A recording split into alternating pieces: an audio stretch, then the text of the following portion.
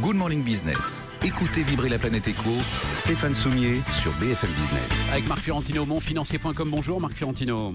Bonjour Stéphane. On parle de l'Allemagne, on parle des positions allemandes à 2 jours du sommet européen.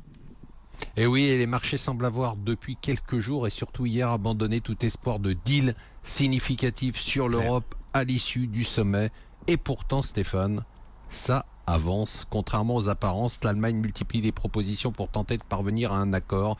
Mais la grande différence, et ça c'est essentiel, entre le sommet de jeudi et tous les sommets précédents de la dernière chance, c'est que l'Allemagne ne veut pas d'un rafistolage qui tiendra à peine quelques semaines jusqu'au sommet suivant de la dernière chance. Elle veut enfin une solution durable. Et pour l'Allemagne, on le sait, toute solution passe par un pouvoir accru de l'Europe par rapport aux États, et notamment un droit de regard qui est un droit de veto de fait sur les budgets nationaux. Et si elle obtient cela, eh bien l'Allemagne lâchera sur l'utilisation des fonds monétaires européens pour soutenir les banques et intervenir directement sur les marchés, et même sur l'utilisation des bons du Trésor européen, des Eurobills, des bons à court terme, attention, pas des Eurobonds qui sont des emprunts à long terme. Donc il faut que les budgets nationaux passent entre les fourches codines de l'Europe, passent par l'Europe, Marc Fiorentino.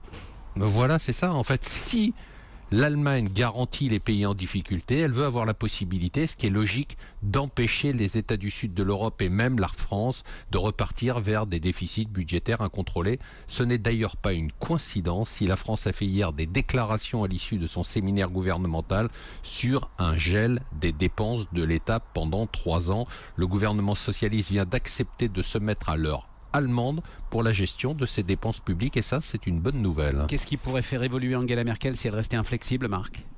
Alors elle ne sera pas inflexible, elle a posé des conditions, et si ces conditions sont acceptées, elle sera même, ce qui est nouveau pour elle, assez souple. Mais en cas de tension, l'homme clé du sommet, regardez bien, ce sera Mario Monti. Lui seul pourra faire plier Angela Merkel, d'abord parce qu'Angela Merkel l'apprécie, ensuite parce que Monti a accepté la feuille de route que l'Allemagne lui a fixée quand il a remplacé Berlusconi, et enfin parce que Monti a été très clair.